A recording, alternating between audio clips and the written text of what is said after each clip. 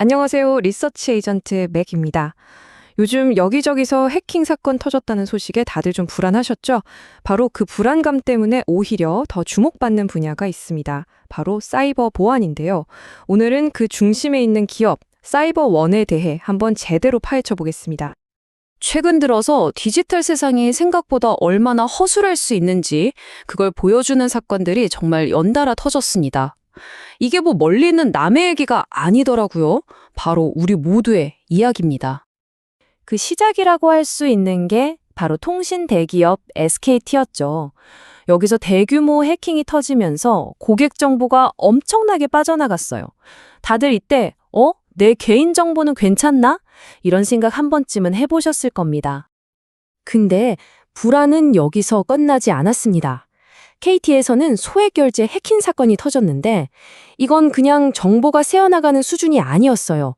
우리 지갑에서 진짜로 돈이 사라질 수 있다는 걸 아주 현실적으로 보여준 사건이었죠. 그리고 롯데카드 사태. 이건 정말 그 규모가 충격적이었죠. 거의 300만 명? 300만 명이 개인정보가 유출됐으니까요. 웬만한 중소도시 하나 인구가 통째로 털린 거나 마찬가지입니다. 심지어는 우리가 매일같이 길 찾을 때 쓰는 티맵 있잖아요. 이런 필수 서비스까지 해커들의 공격 대상이 되니까 이건 더 이상 그냥 한두 기업의 문제로 볼 수가 없게 된 겁니다. 결국 정부까지 나서서 직접 조사를 시작했죠. 자, 이 모든 사건들, 이게 그냥 운이 나빠서 어쩌다 한 번씩 터진 게 아니라는 겁니다. 우리 디지털 사회 전체에 깔려있는 어떤 구조적인 약점이 드러난 신호인 거죠. 그리고 바로 이 지점, 바로 이 위기감 속에서 전문적인 사이버 보안이 왜 필요한지가 아주 명확해지는 겁니다.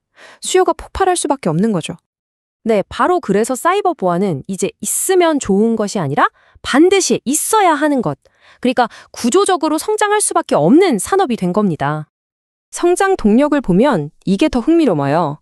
요즘 공격은 AI를 이용해서 더 교묘해지잖아요?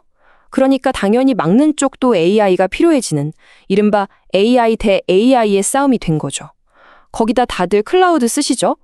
이 시장이 커지고 정부도 투자를 팍팍 하니까 보안 시장은 커질 수밖에 없는 판이 깔린 겁니다.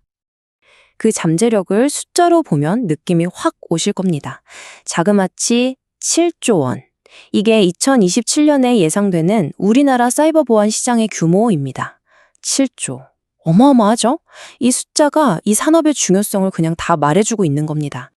그럼 이렇게 커지는 시장에서 오늘 우리가 살펴볼 사이버원은 도대체 뭘 하는 회사일까요?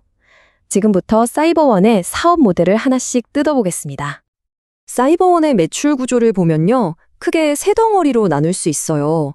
가장 큰 비중, 거의 절반이죠. 48% 정도가 보안 관제고요.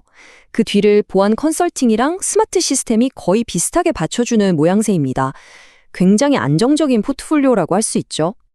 각 사업이 뭐 하는 거냐면 보안 관제는 쉽게 말해서 24시간 내내 우리 회사를 지켜주는 경비 서비스 같은 거예요. 구독형이죠.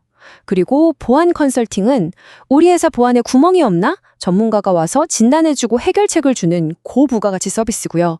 마지막으로 스마트 시스템은 방화벽 같은 보안 장비들을 직접 팔고 설치해주는 사업입니다. 이 세 개가 서로 맞물려서 돌아가는 구조인 거죠. 자, 이제 아마 가장 궁금해하실 부분일 텐데요. 실제 숫자를 통해서 이 사이버원이라는 회사가 얼마나 튼튼한지 한번 확인해 보겠습니다. 손익계산서를 딱 보면 유독 눈에 확 띄는 해가 있습니다. 바로 2024년. 보이시죠? 매출은 거의 2배가 뛰었고 영업이익은 무려 8배 이상 폭증했어요. 아니 도대체 2024년에 무슨 일이 있었던 걸까요? 이 그래프를 보시면 그 변화가 한눈에 들어오죠. 2023년과 2025년 사이에 2024년 실적만 비정상적으로 불쑥 솟아 있습니다. 자, 여기서 핵심 질문이 나옵니다. 과연 이게 계속될 수 있는 성장일까요? 정답은 바로 일회성 프로젝트 효과였습니다.